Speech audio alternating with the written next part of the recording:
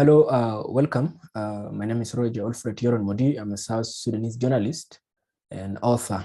I am a former editor-in-chief of Radio Bakhita, also known as Bakhita Radio, a Catholic church-run radio station based in Juba, South Sudan. I'm also a former managing editor of Juba Monthly newspaper. I do the program, the weekly review, making sense of relevant topics and news. It's available on YouTube. And my website, rogeryoronmodi.com, contains my work, journalistic work. You will find also articles I've written. And follow the website and keep in touch with my work. Today, I'm here to talk about my book, Freedom of Expression and Media Laws in South Sudan. The book full title is Freedom of Expression and Media Laws in South Sudan: Details, Implementation Level, Critiques, and Recommendations for Reform. Being keen as a journalist, over the years, I personally followed the implementation of those laws. I interviewed relevant personnel and representatives of media bodies involved, and I wrote several articles over the years and since on those topics and following up what has been happening. Since the publication of the book, many actions, some reforms have been taken. Today, I will talk majorly about what's in the book, knowing that press and all rights and freedoms are matters that can be improved on through continuous discussions, engagements, debates, and so on. As far as the book is concerned, I believe everyone in South Sudan deserves to know the rights to freedom of expression and access to information in the country. As I indicated in its description, the book explains the laws governing freedom of expression, media laws, and the right of the public to access information in South Sudan, traces their implementation, critiques them, and offers a number of recommendations on how to ensure respect for the right to freedom of expression, freedom of the press, and the right to information in South Sudan in line with the Constitution, international law and standards, and best practices. Two South Sudanese lawyers and one journalist have also written their reviews. It's also available in the book, on the about the book part. So starting with a brief introduction, let me say the book contains 4 chapters. It has 203 pages. I also talk briefly about what those chapters include. For a start, let me state the following important laws that I cited in the book. One is Article 24 of the Transitional Constitution of the Republic of South Sudan, 2011. It says the following: that 1, every citizen shall have the right to the freedom of expression, reception and dissemination of information, publication, and access to the press without prejudice to public order, safety, or morals as prescribed by law. 2, all levels of government shall guarantee the freedom of the press and other media as shall be regulated by law in a democratic society. 3, all media shall abide by professional ethics. Those are the 3 subsection under 3 subarticles under Article 24. The second is Schedule A, paragraph 45 of the Transitional Constitution, which gives the national government exclusive legislative and executive powers on national information, publications, mass media, and telecommunication utilities. Based on that, the national government enacted 3 media laws: the Media Authority Act, 2013, the Right of Access to Information Act, 2013, and the Broadcasting Corporation Act, 2013. The Media Authority Act provides for the establishment of a media authority with the role to regulate, develop, and promote independent and professional media in South Sudan. That is Section 7, Subsection 1. Also, the Media Authority, that's what the Act says, shall be a regulatory body for the broadcast media and transformation of government and state-controlled television and radio into a public broadcasting corporation. Section 7, Subsection 5.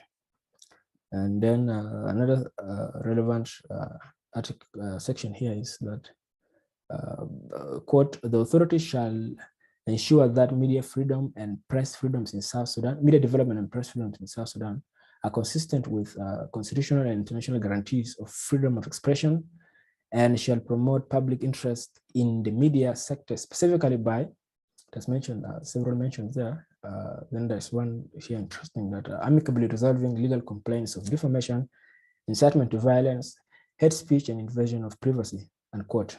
That's section 19, subsection 1 of the Act.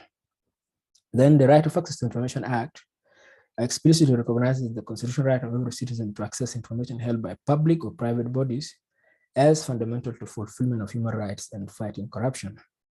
That is section 4, subsection 2 of the Act. Further, the Act provides for the establishment of the Office of Information Commissioner with the mandate to, among others, promote maximum disclosure of information in the public interest. Then section 45, subsection 1 of the Act, Right of Access to Information Act, gives the Appeals Board of the Media Authority the power to handle pleas filed by complainant against decision of the Information Commissioner on access to information matters.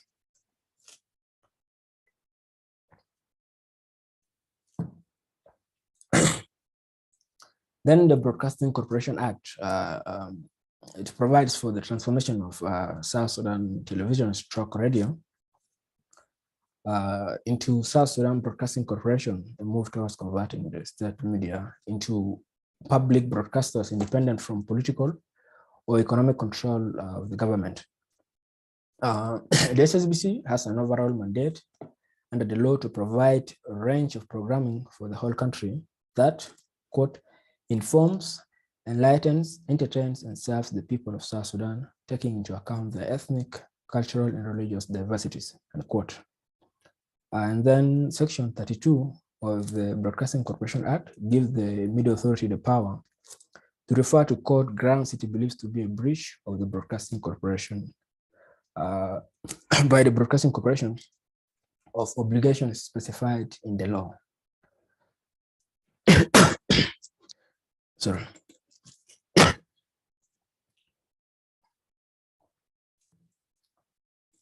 Other citations I made in the book include relevant provisions of the Universal Declaration of Human Rights, UDHR, the International Covenant on Civil and Political Rights, SSPR, the African Charter on Human and People's Rights, and the African Commission on Human and People's Rights Declaration of Principles on Freedom of Expression in Africa.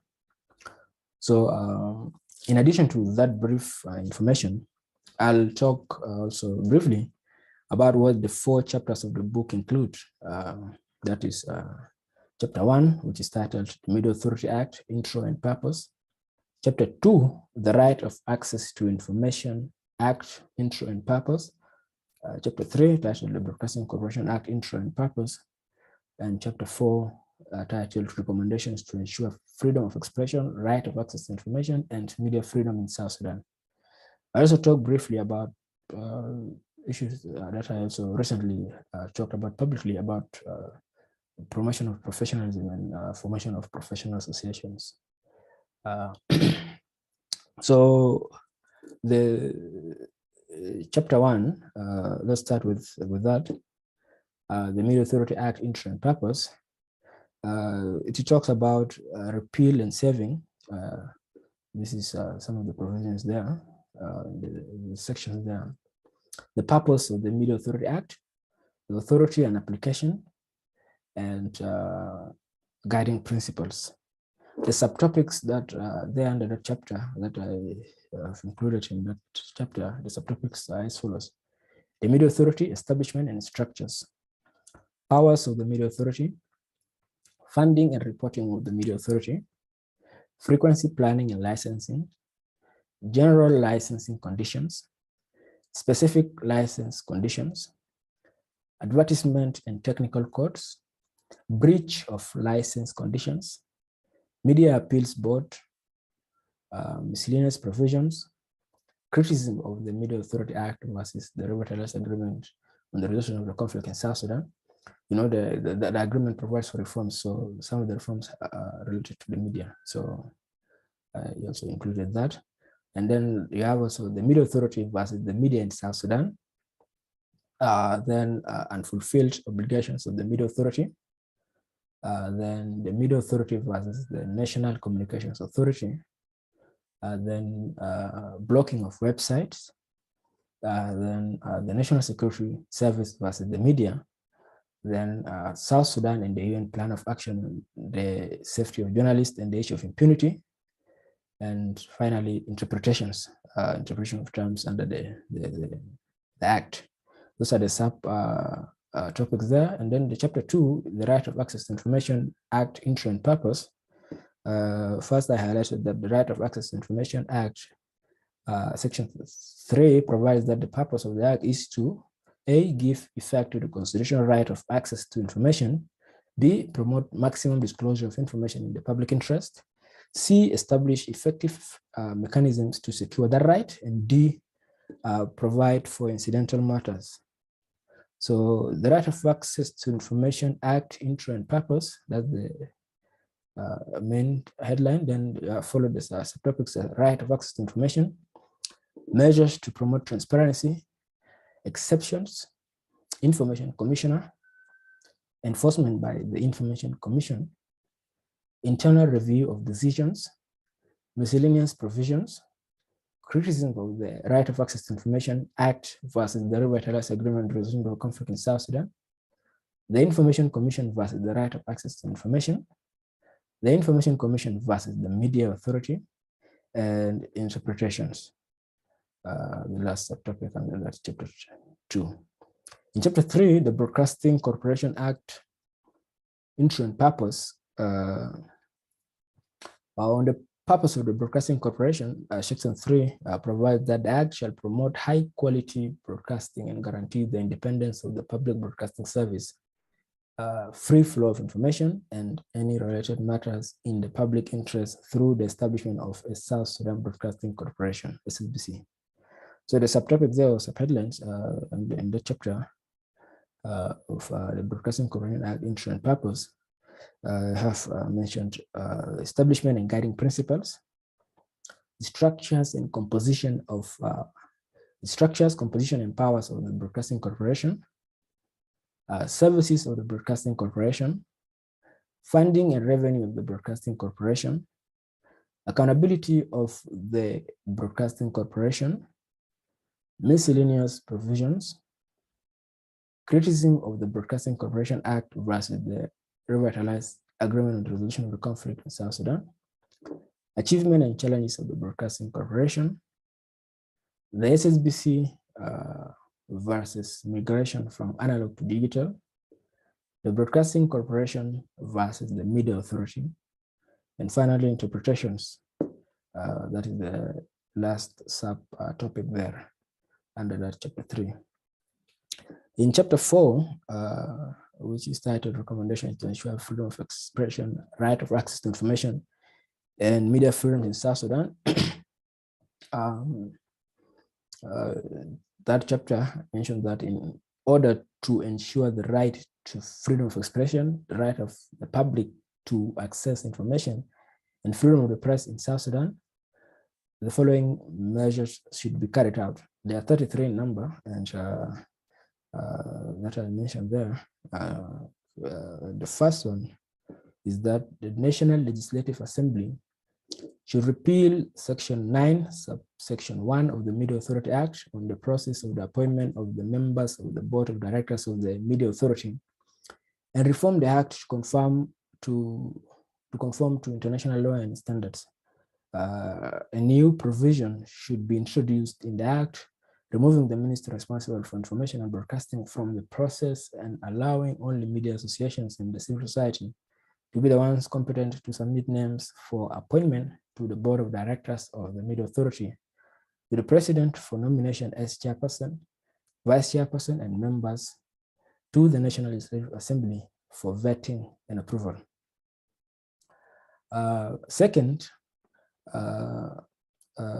the National Legislative Assembly should amend Section 12, subsection 1 of the Media Authority Act, which provides that the chairperson, vice chairperson, or a member of the board of directors of the Media Authority may be removed from office by the president on a number of grounds mentioned in the Act without the approval of the National Legislative Assembly. The Act should be reformed to conform to international law and standards by giving the National Legislative Assembly the power to approve any of the removal. The third recommendation is that the National Legislative Assembly should amend Section 17, subsection 1 of the Media Authority Act, which includes the minister responsible for information and broadcasting in the process of the recommendation for appointment of the managing director of the board of directors of the Media Authority. The board of directors of the Media Authority should be given the power to appoint the authority's managing director without the involvement of the minister and the Council of Ministers, subject only to the approval of the National Legislative Assembly, to avoid undue influence on the Media Authority from the executive branch of government. And then the fourth recommendation is that the National Legislative Assembly should repeal or reform sections 31, subsection 1, section 31, subsection 1, 31, subsection 3D, and 31, subsection 4 of the Media Authority Act, which make the Media Authority budget depend first on the approval of the Council of Ministers and provide that it may also accept grants from the government. The Media Authority should be given the power to table its budget directly to the National Legislative Assembly in line with the international law and standards without the involvement of the executive arm of government. Fifth recommendation is that the National Legislative Assembly should reform Section 19, subsection 1D of the Media Authority Act, which gives the Ministry of Information and Broadcasting, government entity or third party, the right to initiate legal procedures by the Media Authority. The Media Authority should be allowed to operate independently and only be accountable to the public through the National Legislative Assembly, in line with the guiding principles set out in Section 6 of the Media Authority Act. So this is an important point, and I would urge the members of the public and journalists included to read this section 6 of the Media Authority Act. The guiding principles there are very progressive. And the sixth recommendation is that the Media Authority should establish the specialized committees and autonomous bodies required by Section 7, subsection 6 of the Media Authority Act, including the Press and Broadcast Complaints Council, Hearing Panel, Media Appeals Board, Legal Committee, Complaints and Monitoring Committee, Broadcast and Frequency Licensing Committee, Public Affairs and Education Committee, Engineering and Technical Standard Committee. This should be able to allow for smooth implementation of the Media Authority Act and the authority's discharge of its obligations. 7, the Media Authority should establish an official internet website where all public documents, including media policies, plans, codes, tenders, and decisions of the authority, shall be posted as required by Section 19, subsection 3 of the Media Authority Act. The 8th is that the Media Authority should produce a schedule of the applicable annual license fees and set out the rates for various types of broadcast media services and publish on the website of the authority the schedule of applicable annual license fees as required by Section 44 of the Media Authority Act. 9th, the South Sudan National Communications Authority, established under the National Communications Act 2012, should leave the Media Authority to be the one responsible for issuing licenses for broadcasting services, allocate broadcast frequencies, and managing the broadcast frequency spectrum with a view to facilitate the emergence of a commercial broadcast sector, ensuring that broadcasting license conditions are respected by the licensees. Those are the requirements of Section 19 of the Media Authority Act, read together with Section 34(1), 34(2), and 2 of the Media Authority Act, and should be adhered to. The 10th is that the South Sudan National Communications Authority should respect the law and block access to news and opinion websites that they had blocked. I mentioned those at the time, those media houses that were blocked. And still urge people to read the book. So the 11th is the National Security Service brought powers to arrest, detain, and ability to search and seize private property without a judicial warrant, and expansive surveillance powers with no independent oversight or due process should be withdrawn through the amendment of the National Security Service Act. And 12th is that the National Security Service should stop arresting journalists, detaining journalists, closing media houses, removing articles at printing facilities prior to publication, and allow the Media Authority to handle all media issues or refer them to court in line with the Media Authority Act 2013. The 13th recommendation is that the South Sudan government should recommit itself to the UN Plan of Action on the Safety of Journalists and the issue of impunity, and ensure that crimes are not committed against journalists with impunity. 14th, the National Legislative Assembly should reform Section 35, subsection 1 of the Right of Access to Information Act, and remove the minister responsible for information and broadcasting involvement in the process of the nomination for appointment of the Information Commissioner and his or her deputy. Media associations and the civil society should have the power to directly submit to the president a list of candidates from which the president shall nominate the Information Commissioner and his or her deputy to the National Legislative Assembly for vetting and approval without the involvement of the minister. The 15th recommendation is that the National Legislative Assembly should reform Section 36, subsection 1 of the Right of Access to Information Act, which says the president may remove the Information Commissioner from office on the recommendation of the minister responsible for information and broadcasting. The argument here is that the National Legislative Assembly should be given the power to approve or reject any removal of the Information Commissioner. So the 16th recommendation is that the National Legislative Assembly should amend Section 6 of the Right of Access to Information Act, which provides that, quote, every citizen shall have the right of access to information, including electronic records held by any public or private body, unquote. The provision should conform to international law and best practices, and the right to access information should be granted to everyone, not just citizens of South Sudan. And other details also, these are matters that continuous discussions and debate have to be done on. And yeah, the 17th recommendation is that the Information Commissioner should issue a regulation on, among others, modes of pay and maximum fee payable to public and private bodies for cost of production of information as authorized by Section 12, subsection 5 of the Right of Access to Information Act.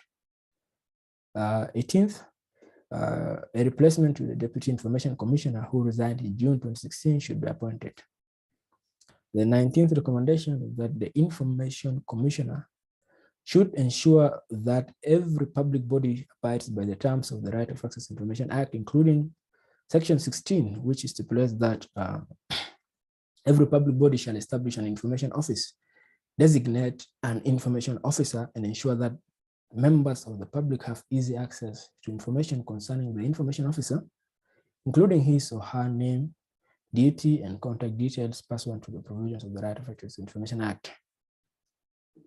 20th, the Legislative Assembly should amend sections 10, subsection 1 of the Broadcasting Corporation Act, which includes the minister responsible for information and broadcasting in the process of the nomination for appointment of the members of the Board of Directors of the South Sudan Broadcasting Corporation, SSBC. Media associations in the civil society should have the power to directly submit for appointment to the SSBC board a list of candidates to the president for nomination as chairperson, vice chairperson, and members to the National Legislative Assembly for vetting and approval.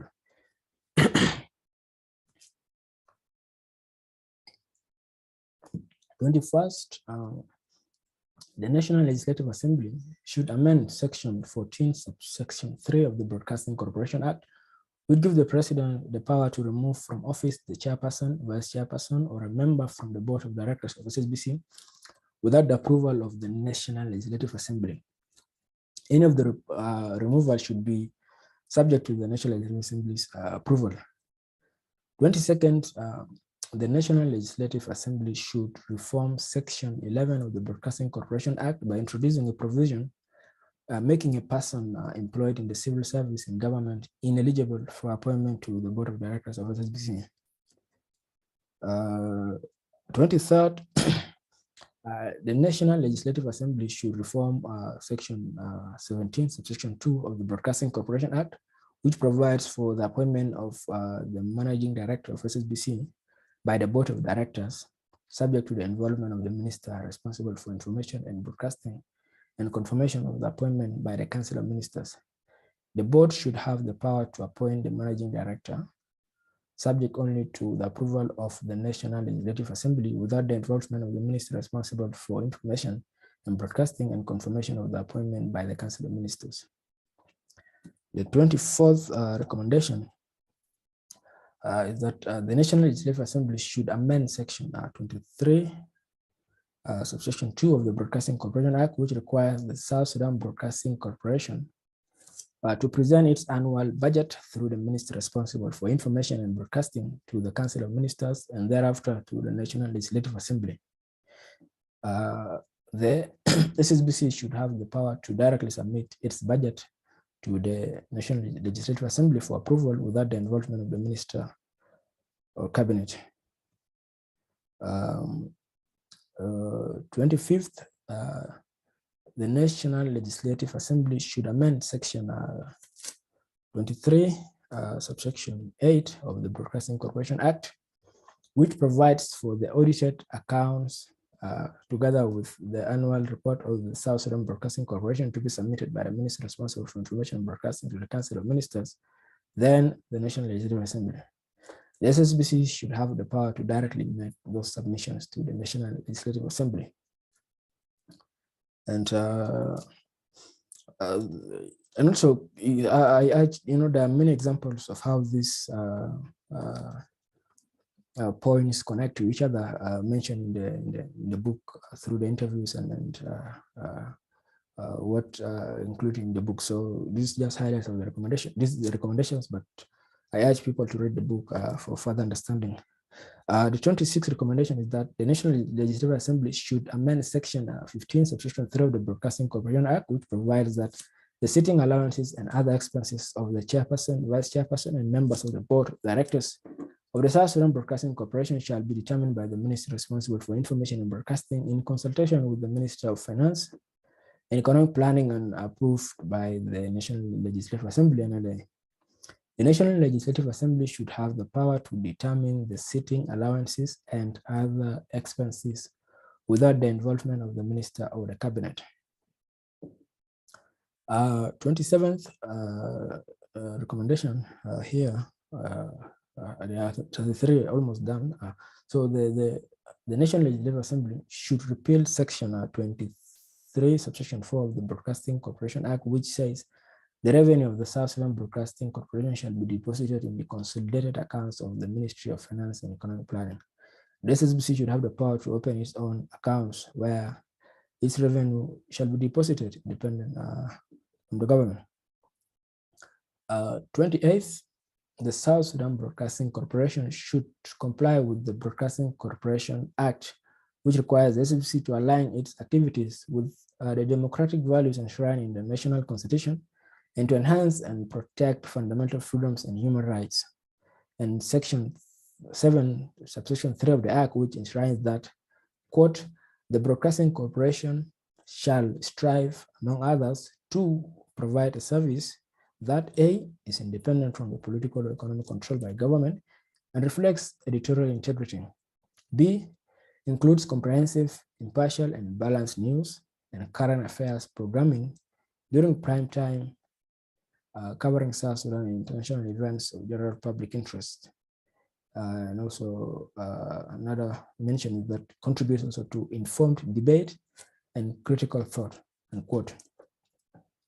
29th, the National Legislative Assembly should reform the Right of Access to Information Act to include functions for the Deputy Information Commissioner.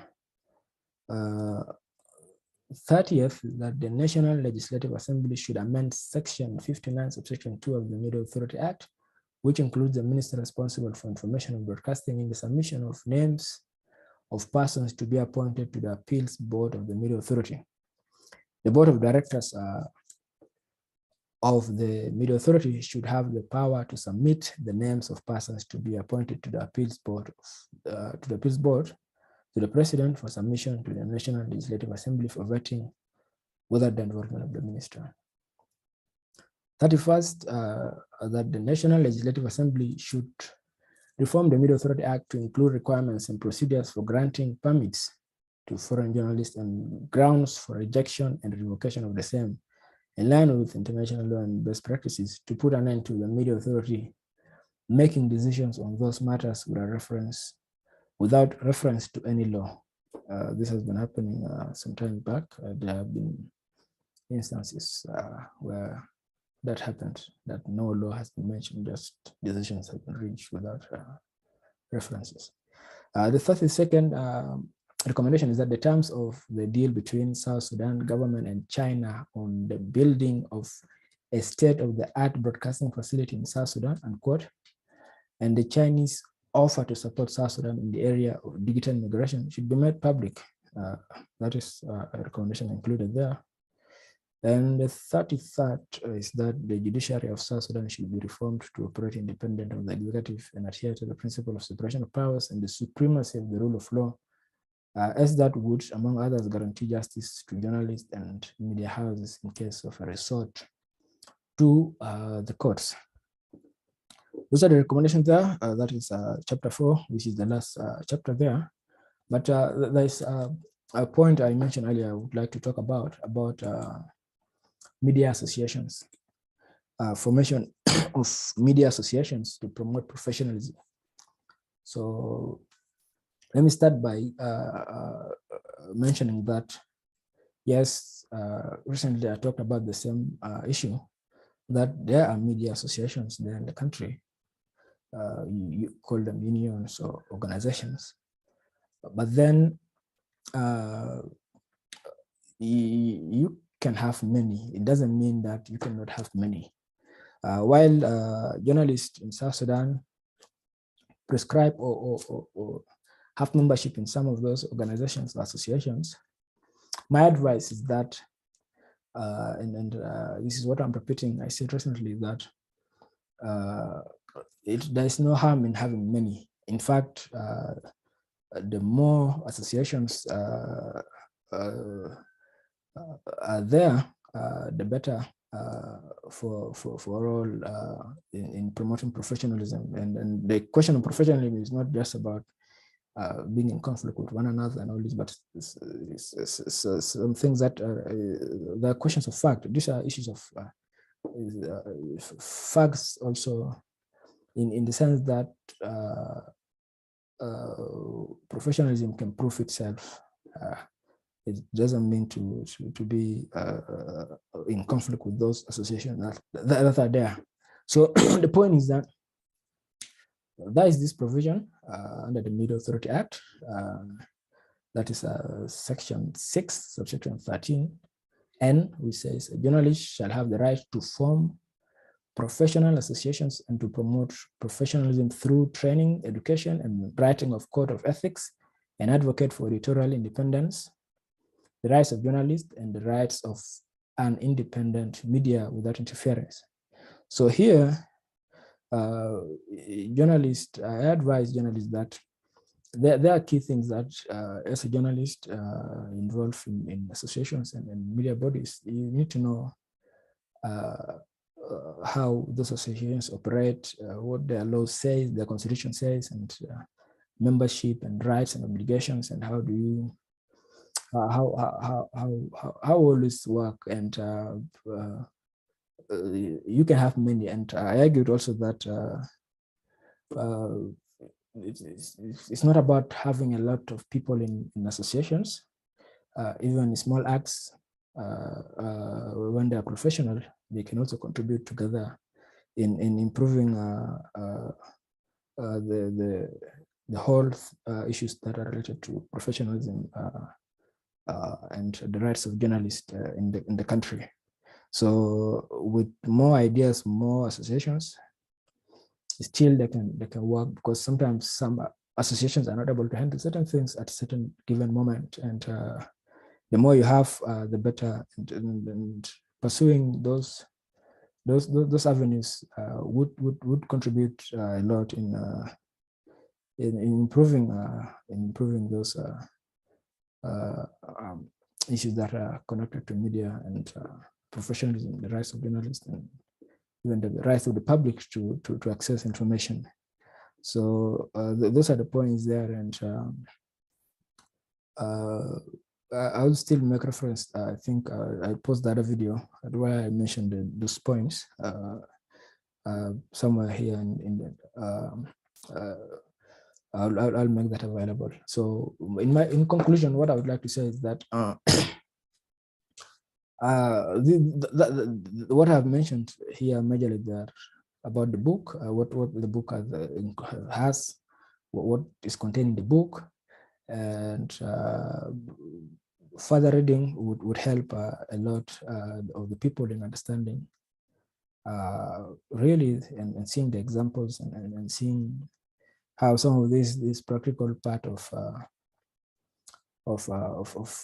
all the mentions here operate.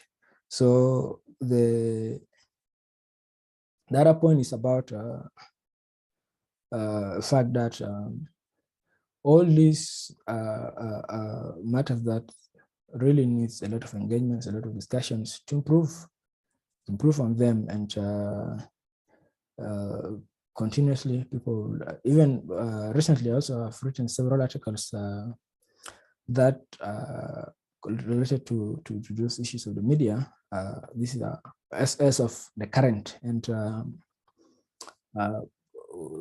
still I'll refer you to some of those articles and then see continuously how all this can be improved, even with people in authority, to understand that there is room for improvement in so many of the issues there.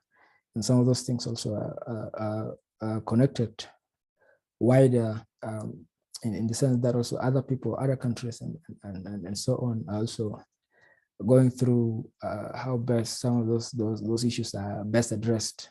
So my articles are on the public domain, they are available.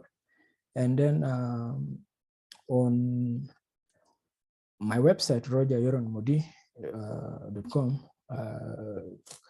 you will find a lot of my work there. Keep in touch with me. And while I have to make this clear that without endorsing or condemning any of the actions that have been taken in relation to the media at the moment, these are topics, like I mentioned, continuous improvement and discussions. But what I have mentioned here is basically about what is in the book. And again, also discussing with some of the things that will take time to keep engaging and having a lot of discussions about, and as in a democratic society. And this also would be, like I said, keep following my website and the articles that have been there, and also continuously. And there will be other discussions. I will also be having some other discussions on some of those topics that are in the book, public discussion soon, that will also discuss further some of those improvements that can be done, and so on. So once again, thank you very much, and follow the website and also subscribe to this this YouTube channel. That has been about the book in brief, media, my book, Freedom of Expression and Media Laws in South Sudan. Thank you very much. And it's available also on Amazon. I will provide the link. So thank you very much. And those also in East Africa region can find in the bookshops around.